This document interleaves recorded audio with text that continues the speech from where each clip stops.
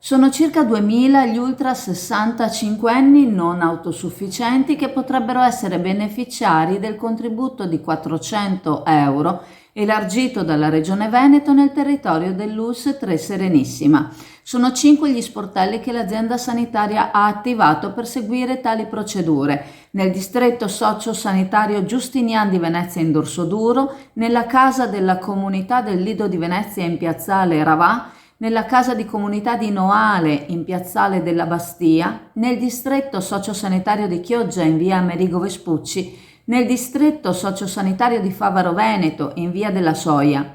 Gli anziani interessati potranno accedere fino al prossimo 3 dicembre. I requisiti sono la residenza in Veneto, un ISEE minore ai 40.000 euro, una non autosufficienza certificata che nella loro scheda SVAMA riporti un punteggio maggiore o uguale a 70 punti. Gli anziani che potranno essere accompagnati dalle loro famiglie dovranno attenersi strettamente alle istruzioni presenti al link che vedete nella descrizione, accessibile anche dalla home page dell'ULSS 3 cliccando la sezione sociale e poi contributo per assistenza a ultra 65enni.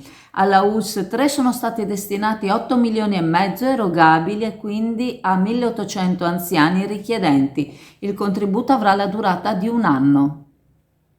E siamo nello studio del Servizio Nord-Est 2.0 e vorremmo sapere di che cosa vi occupate. Ci siamo fortemente focalizzati sui bonus edilizi, in particolare sul superbonus, quindi interventi prevalentemente condominiali di efficientamento energetico. Il superbonus esiste ancora, fino al 31/12/2024 l'incentivo è stato ridotto al 70% e fino al 31/12/2025 è stato ridotto al 65%. Per maggiori informazioni su superbonus e agevolazioni fiscali per le ristrutturazioni edilizie, Servizi Nord-Est 2.0, via Bembo, Sottomarina di Chioggia, Venezia.